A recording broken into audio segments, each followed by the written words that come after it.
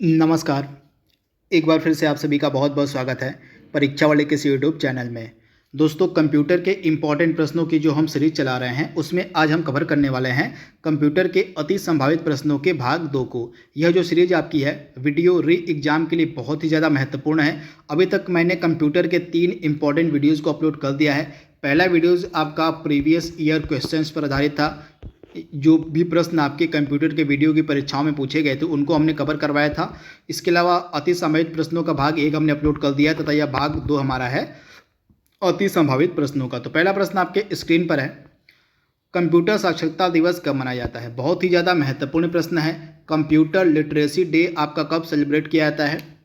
तो आपको याद रखना है, प्रतिवर्ष 2 दिसंबर का जो दिन होता है इसको हम वर्ल्ड कंप्यूटर लिटरेसी डे के रूप में सेलिब्रेट करते हैं, यानी कि ऑप्शन आपका बी यहाँ पे 100% सही हो जाएगा। अगला प्रश्न आपके स्क्रीन पर है, एंड्रॉयड का नवीनतम ऑपरेटिंग सिस्टम कौन सा है? एंड्रॉयड का नवीनतम ऑपरेटिंग सिस्टम कौन सा है? तो राइट आंसर क्या हो जाएगा? टीरामिसु। ऑप्शन आपका बी यहाँ पे बिल्कुल सही हो जाएगा। एंड्रॉयड 13 को हम क्या बोलते हैं? टीरामिसु के नाम से जानते हैं। तो इसके बारे में आप याद रखिएगा, यह नवीनतम एंड्रॉयड का ऑपरेटिंग सिस्टम है। अगला प्रश्न आपके स्क्रीन पर है, निम्न में से कौन सा पहला मोबाइल ऑपरेटिंग सिस्टम है? पहला मोबाइल ओएस कौन सा था, ऑपरेटिंग सिस्टम कौन सा था, आपसे पूछा जा रहा है। तो राइट आंसर क्या हो जाएगा आपका? सिम्बियन। ऑप्शन आपका बी यहाँ पे बिल्कुल सही हो जाएगा। जो सिम्बियन था यह पहला मोबाइल ऑपरेटिंग सिस्टम था। तो ऑप्शन आपका बी यहाँ पे 100% सही है। चौथा प्रश्न आपके स्क्रीन पर है, भारत में निर्मित प्रथम कंप्यूटर के बारे में यहाँ पे पूछा गया कि भारत में निर्मित पहला कंप्यूटर कौन सा था? तो आप याद रखिएगा, भारत में निर्मित जो पहला कंप्यूटर था उसको हम जानते हैं सिद्धार्थ के नाम से। ऑप्शन आपका ए यहाँ पे 100% सही हो जाएगा, सिद्धार्थ। इसके बारे में डिटेल मैंने लिखा हुआ है जिसको आप देख सकते हैं। सिद्धार्थ जो है भारत में विकसित पहला कंप्यूटर था। यह भारत के इलेक्ट्रॉनिक्स निगम द्वारा निर्मित किया गया था। इसे जो है 16 अगस्त 1986 को बेंगलोर के मुख्य डाकघर में स्थापित किया गया था। तो पहला कंप्यूटर की बात हो इंडिया के तो राइट आंसर आपका क्या हो जाएगा? सिद्धार्थ। वहीं पहले सुपर कंप्यूटर की बात हो तो राइट आंसर आपका क्या हो जाएगा? परम। परम जो था, परम, इसको हम परम 8000 के नाम से भी जानते हैं। पूरा नाम भी अगर आपसे एग्जाम में पूछ ले तो आप याद कर लीजिएगा, यहाँ पे मैं लिख दे रहा हूँ, परम 8000। यह जो है भारत का पहला सुपर कंप्यूटर था जिसको बनाया गया था सी डैक इंस्टीट्यूट के द्वारा, जो कि आपको पुणे में मिलेगा। किसने बनाया था? यहाँ पे इसको लिख दे रहा हूँ, यहाँ पे सी डैक इंस्टीट्यूट जो कि आपको पुणे में मिलेगा, इसी के द्वारा भारत का पहला जो है सुपर कंप्यूटर बनाया गया था। तो ये फैक्ट भी आप याद रखिएगा, इंपॉर्टेंट है। सी डैक का पूरा नाम क्या होता है? Centre for development of advance computing, C DAC का पूरा नाम होता है। अगला प्रश्न आपके स्क्रीन पर है, माइक्रोसॉफ्ट कंपनी के संस्थापक यहाँ पे पूछे जा रहे हैं, कौन है? तो माइक्रोसॉफ्ट कंपनी की स्थापना 2 लोगों ने मिलकर करी थी, एक पॉल एलन और एक बिल गेट्स, यानी कि बी और सी आपका बिल्कुल सही हो जाएगा। यहाँ पे आप देख पा रहे हैं डिटेल भी लिखी गई है। इसके संस्थापक हो जाएंगे बिल गेट्स और पॉल एलन। 4 अप्रैल 1975 को इसकी स्थापना करी गई थी और यूएसए में, यानी कि अमेरिका में इसका हेडक्वार्टर है। वर्तमान में इसके सीईओ कौन है? तो सत्या नडेला जो है वर्तमान में माइक्रोसॉफ्ट के सीईओ हैं। अगला प्रश्न आपकी स्क्रीन पर है, ओरेकल क्या है? ओरेकल क्या है आपको बताना है। तो ओरेकल क्या है? यह एक डेटाबेस सॉफ्टवेयर है। ऑप्शन आपका सी यहाँ पे बिल्कुल सही हो जाएगा। अगला प्रश्न आपके स्क्रीन पर है, विंडोज सॉफ्टवेयर का निर्माण किसके द्वारा किया गया था? तो विंडोज से रिलेटेड जो भी इंपॉर्टेंट सॉफ्टवेयर हैं उनका निर्माण एक ही कंपनी करती है जिसका नाम है माइक्रोसॉफ्ट, यानी कि ऑप्शन आपका बी यहाँ पे बिल्कुल सही हो जाएगा। अगला प्रश्न आपके स्क्रीन पर है, निम्नलिखित में से कौन सा एक सर्च इंजन का उदाहरण है? इसमें से कौन सा एक आपका सर्च इंजन है आपको बताना है। सर्च इंजन कौन कौन से होते हैं और इसके अलावा आपके ब्राउजर्स कौन कौन से होते हैं, यहाँ से प्रश्न एग्जाम में बनते हैं। तो आप याद कर लीजिएगा कि सर्च इंजन का नाम क्या क्या है, वेब ब्राउज़र कौन कौन से होते हैं, तो कम से कम इनको आप याद कर लीजिएगा। तो यहाँ पे हम किसकी बात कर रहे हैं? यहाँ पे हम सर्च इंजन की बात कर रहे हैं। तो इसमें से हमारा सर्च इंजन कौन कौन सा हो जाएगा? अल्टा विस्टा भी आपका सर्च इंजन है, याहू आपका सर्च इंजन है, लाइकोज आपका सर्च इंजन है, इसके अलावा डक गो आपका सर्च इंजन है, इसके अलावा गूगल जिसका आप सभी लोग इस्तेमाल करते हैं, गूगल भी आपका एक सर्च इंजन है। एक चीज़ आप याद रखिएगा, गूगल आपका सर्च इंजन है, लेकिन आपसे पूछ ले कि गूगल क्रोम क्या है, तो गूगल क्रोम आपका ब्राउज़र होता है। तो आपको ये डिफरेंस पता होना चाहिए।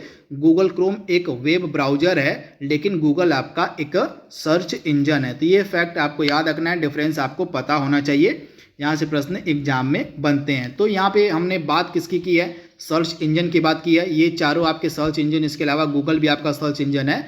इसके अलावा वेब ब्राउज़र की अगर हम बात करें तो मैं आपको कुछ इंपॉर्टेंट वेब ब्राउज़र के नाम बता दे रहा हूँ, जिनको आप याद कर लीजिएगा। पहला जो आपके ज़बान पर होना चाहिए वो है गूगल क्रोम। गूगल क्रोम हमारा वेब ब्राउज़र है। इसके अलावा मोजिला फायरफॉक्स आपका वेब ब्राउज़र है। इसके अलावा इंटरनेट एक्सप्लोरर आपका वेब ब्राउज़र है। इसके अलावा ओपेरा मिनी आपका वेब ब्राउज़र है। सफारी आपका वेब ब्राउज़र है। इसके अलावा यूसी ब्राउज़र आपका वेब ब्राउज़र है। तो ये सभी आपके वेब ब्राउज़र हैं, इनको भी आप याद रख सकते हैं। अगला प्रश्न आपके स्क्रीन पर है, पहला संक्रियात्मक इलेक्ट्रॉनिक अंकीय कंप्यूटर कौन सा था? पहला संक्रियात्मक इलेक्ट्रॉनिक अंकीय कंप्यूटर कौन सा था? तो ENIAC आपका राइट आंसर हो जाएगा। ऑप्शन आपका यहाँ पे ए जो है बिल्कुल सही हो जाएगा। यहाँ पे डिटेल को आप देख सकते हैं। ENIAC का पूरा नाम क्या होता है? Electronic numerical integrator and calculator, इसका पूरा नाम होता है। यह पहला व्यावसायिक प्रयोग वाला इलेक्ट्रॉनिक कंप्यूटर था। इसमें जो है वैक्यूम ट्यूब का इस्तेमाल किया गया था। किसका? तो वैक्यूम ट्यूब का जो है इसमें इस्तेमाल किया गया था। इसका आविष्कार जो है 1946 में JP एकल्ट और जॉन मॉचली के द्वारा किया गया था। तो ये फैक्ट आप याद रख सकते हैं। अगला प्रश्न आपके स्क्रीन पर है, सूचना राजपथ हम किसे कहते हैं? तो काफ़ी सिंपल सा प्रश्न है, लेकिन यह एग्जाम में बहुत बार पूछा गया प्रश्न है। तो राइट आंसर क्या हो जाएगा? सूचना राजपथ हम इंटरनेट को कहते हैं। इंटरनेट ऑफ फादर, यानी कि इंटरनेट का जनक हम किससे बोलते हैं? तो विंड सर्व को बोलते हैं। तो ये फैक्ट भी आप याद रखिएगा, विंड कर्व को जो है फादर ऑफ इंटरनेट कहा जाता है। इसके बाद अगला प्रश्न है, ईमेल का जन्मदाता हम किसे कहते हैं? ईमेल का जन्मदाता आपसे पूछा गया है। तो ईमेल का जन्मदाता हम बोलते हैं रे टॉमलिंसन को। ऑप्शन आपका सी यहाँ पे बिल्कुल सही हो जाएगा। रे टॉमलिंसन के द्वारा जो है ईमेल का आविष्कार किया गया था। ईमेल का पूरा नाम क्या होता है? तो इलेक्ट्रॉनिक मेल होता है। तो इसका फुल फॉर्म भी आपसे कभी एग्जाम में पूछ लिया जाए तो आपको पता होना चाहिए कि इलेक्ट्रॉनिक मेल इसका पूरा नाम होता है। 12वां प्रश्न आपकी स्क्रीन पर है, इंटरनेट के क्षेत्र में www का प्रयोग किसके लिए किया जाता है? मेनली यहाँ पे पूछा कि किसका पूरा नाम क्या होता है?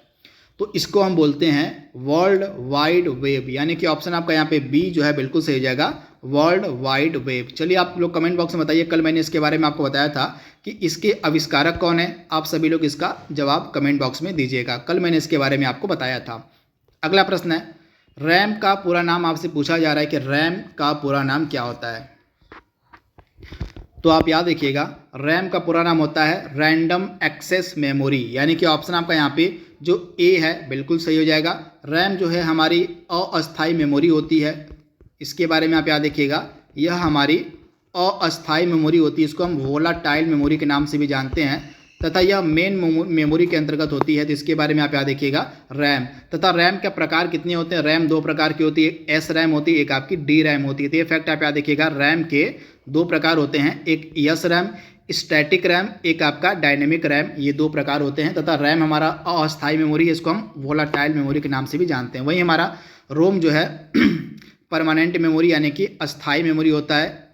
इसे आप याद रखिएगा, रोम हमारा परमानेंट मेमोरी का एग्जाम्पल है। तथा रोम को हम नॉन वोलाटाइल मेमोरी के नाम से जानते हैं। तथा रोम के ये प्रकार हैं पी रोम, ईपी रोम, डबल ईपी रोम, ये सभी आपके रोम के प्रकार हैं। तो रोम को हम क्या बोलते हैं? रीड ओनली मेमोरी बोलते हैं हम रोम को। अगला प्रश्न आपके स्क्रीन पर है, इंटरनेट प्रोटोकॉल संस्करण 6 यानी कि IPv6 की लंबाई यहाँ पे आपसे पूछी जा रही है। तो इंटरनेट प्रोटोकॉल संस्करण 6 यानी कि IPv6 की लंबाई होती है आपकी कितनी? तो IPv6 की लंबाई होती है 128 बिट, यानी कि ऑप्शन आपका सी यहाँ पे बिल्कुल सही हो जाएगा, 128 बिट। अगला प्रश्न आपके स्क्रीन पर है, निम्नलिखित में से किसके द्वारा पूरे प्रोग्राम के अनुवाद को एक ही बार में पूरा किया जाता है? पूरे प्रोग्राम का जो अनुवाद है एक ही बार में कौन करता है? तो कंपाइलर। आप याद रखिएगा, कंपाइलर का कार्य क्या होता है? पूरे प्रोग्राम को एक ही बार में उसका अनुवाद करना तथा साथ ही साथ में गलतियों को बताना इसका पूरा कार्य होता है। तो इसके बारे में आप याद रखिएगा, इंपॉर्टेंट है, यहाँ से प्रश्न आपके एग्जाम में पूछा जा सकता है। वही इंटरप्रेटर क्या कार्य करता है, इसका ठीक उल्टा करता है। इंटरप्रेटर जो होता है किसी भी प्रोग्राम को लाइन बाय लाइन रीड करता है, एक एक करके रीड करता है इंटरप्रेटर, तथा जो गलतियाँ होती हैं उन गलतियों को जो है सबसे लास्ट में बताता है। तो ये फैक्ट आप याद रखिएगा। वहीं आपका जो कंपाइलर होता है पूरे प्रोग्राम को जो है एक ही बार में रीड करता है, तो ये फैक्ट आप याद रखिएगा, तथा साथ ही साथ में जो है गलतियों को बताते हुए चलता है। तो ये इंपॉर्टेंट है। तथा कंपाइलर का मुख्य कार्य क्या होता है, उच्च स्तरीय भाषा को निम्न स्तरीय भाषा में परिवर्तित करना। तो ये फैक्ट आप याद रखिएगा, इंपॉर्टेंट है। इंटरप्रेटर और कंपाइलर का मेन कार्य क्या होता है, उच्च स्तरीय भाषा को निम्न स्तरीय भाषा में परिवर्तित करना। अगला प्रश्न आपकी स्क्रीन पर है, निम्नलिखित में से कौन द्वितीय पीढ़ी के कंप्यूटर से संबंधित है। तो यहाँ पे सेकेंड जनरेशन के कंप्यूटर की बात हो रही है। तो आप याद रखिएगा, यहाँ पे सेकेंड जनरेशन का कंप्यूटर कौन सा हो जाएगा, ट्रांजिस्टर। ऑप्शन आपका यहाँ पे जो बी है बिल्कुल सही हो जाएगा। सेकेंड जनरेशन है कि द्वितीय पीढ़ी के कंप्यूटर में ट्रांजिस्टर का प्रयोग किया गया था। वहीं पहली पीढ़ी के कंप्यूटर में जो है आपका वैक्यूम ट्यूब का इस्तेमाल किया गया था। द्वितीय पीढ़ी के कंप्यूटर में आपका ट्रांजिस्टर का इस्तेमाल किया गया था। थर्ड पीढ़ी यानी कि तीसरी पीढ़ी के कंप्यूटर में आपका इंटीग्रेटेड सर्किट चिप का इस्तेमाल किया गया था। वहीं माइक्रो प्रोसेसर का जो इस्तेमाल है चौथी पीढ़ी के कंप्यूटर में किया गया था। तो ये फैक्ट आपको याद रखना है, इंपॉर्टेंट है। 17वां प्रश्न आपके स्क्रीन पर है, स्पैम किस विषय से संबंधित शब्द है। तो आप सभी लोग इससे परिचित होंगे। तो राइट आंसर क्या हो जाएगा, आपका कंप्यूटर से रिलेटेड यह शब्द है, यानी कि ऑप्शन आपका ए यहाँ पे बिल्कुल सही हो जाएगा।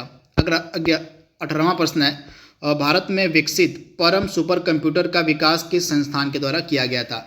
तो भारत का जो पहला सुपर कंप्यूटर था जिसको हम परम 8000 के नाम से जानते हैं, इसको किसने बनाया था। तो इसको बनाया गया था CDAC पुणे के द्वारा। तो इसे आप याद रखिएगा, पुणे में यह संस्थान मिलेगा जिसका पूरा नाम होता है centre for development of advance computing. तो इसके बारे में आप याद रखिएगा। अगला प्रश्न आपके स्क्रीन पर है, ALU का पूरा नाम आपसे पूछा गया है। तो आप याद रखिएगा, अरिथमेटिक लॉजिक यूनिट। ऑप्शन आपका ए यहाँ पे बिल्कुल सही हो जाएगा। अगला प्रश्न है, सामान्य रूप से प्रयुक्त किया जाने वाला कंप्यूटर कौन सा है। तो सामान्य रूप से प्रयुक्त किया जाने वाला कंप्यूटर आपका कौन सा हो जाएगा, डिजिटल कंप्यूटर, यानी कि ऑप्शन आपका बी यहाँ पे बिल्कुल सही हो जाएगा। अगला प्रश्न है, निम्न में से किसके द्वारा HTML का विकास किया गया था। HTML की यहाँ पे बात हो रही है कि जो HTML है इसका विकास किसके द्वारा किया गया था। बहुत ही ज़्यादा महत्वपूर्ण प्रश्न है, एग्जाम ओरिएंटेड प्रश्न है। तो इसका जो विकास है यह किसने किया था, तो टिम बर्नर्स-ली। आप याद रखिएगा, टिम बर्नर्स-ली के द्वारा जो है HTML का विकास किया गया था। आप याद रखिएगा, इंपॉर्टेंट है। ऑप्शन आपका ए यहाँ पे बिल्कुल सही हो जाएगा। तथा HTML का पूरा नाम क्या होता है, हाइपर टेक्स्ट मार्कअप लैंग्वेज इसका पूरा नाम होता है। लेटेस्ट इसका 5वां संस्करण आया है मार्केट में, इसीलिए इसके साथ जो है 5 लगा हुआ है। इसके बाद डगलस एंजलबर्ट ने किसका आविष्कार किया था, आपसे पूछा जा सकता है कि जो डगलस एंजलबर्ट हैं इनके द्वारा किसका आविष्कार किया गया था। तो आप याद रखिएगा, माउस का जो आविष्कार है यह किसने किया था, तो डगलस एंजलबर्ट के द्वारा किया गया था, इंपॉर्टेंट है। इसके बाद जो अगला प्रश्न आपके स्क्रीन पर है,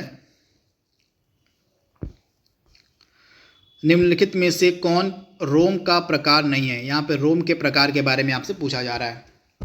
तो पी रोम का प्रकार है, ईपी रोम का प्रकार है, EEP रोम जो है रोम का प्रकार है, लेकिन आपका DRAM जो है रोम का प्रकार नहीं है, बल्कि यह आपका रैम का प्रकार है। यहाँ पे आप देख पा रहे हैं। वहीं रोम हमारा क्या होता है, रोम हमारी अस्थाई मेमोरी होती है, यानी कि परमानेंट मेमोरी हमारी होती है रोम। तो इसके बारे में आप याद रखिएगा, रोम को हम नॉन वोलाटाइल मेमोरी के नाम से भी जानते हैं।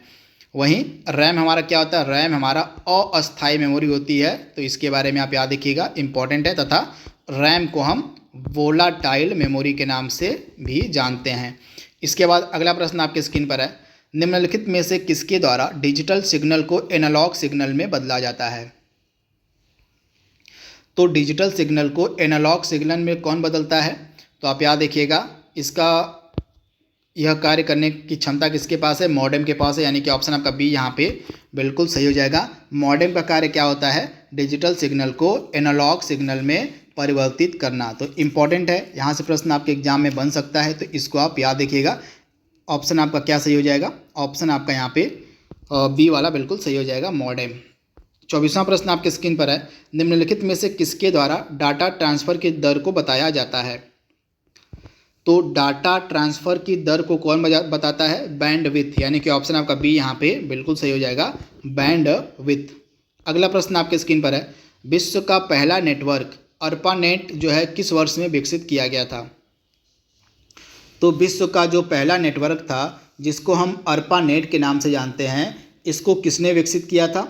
तो इसको विकसित किया गया था, मतलब किसने किया था? तो अमेरिका की तरफ इसको विकसित किया गया था। आप याद रखिएगा, अमेरिका जो रक्षा विभाग इसी के द्वारा इसको विकसित किया गया था। और कब किया गया था? तो 1969 में, यानी कि ऑप्शन आपका ए यहाँ पे बिल्कुल सही हो जाएगा। 1969 में जो है अर्पानेट का विकास किया गया था, तथा यह जो अर्पानेट था विश्व का पहला नेटवर्क था। तो इम्पॉर्टेंट है, इसके बारे में आपको याद रखना है। अर्पानेट का पूरा नाम क्या होता है? तो आप याद रखिएगा, अर्पानेट का पूरा नाम होता है advance research project agency network. तो इसका पूरा नाम भी आपसे पूछा जा सकता है, तो आप याद रखिएगा advance research project agency network. तो ये फैक्ट आप याद रख सकते हैं। तो इस तरह से 25 इंपॉर्टेंट प्रश्न जो आपके बन सकते थे उनको हमने आज यहाँ पे कवर किया है। आई होप ये वीडियो आपको पसंद आएगा। तो आज के लिए बस इतना ही। Thank you, thanks for watching, thank you.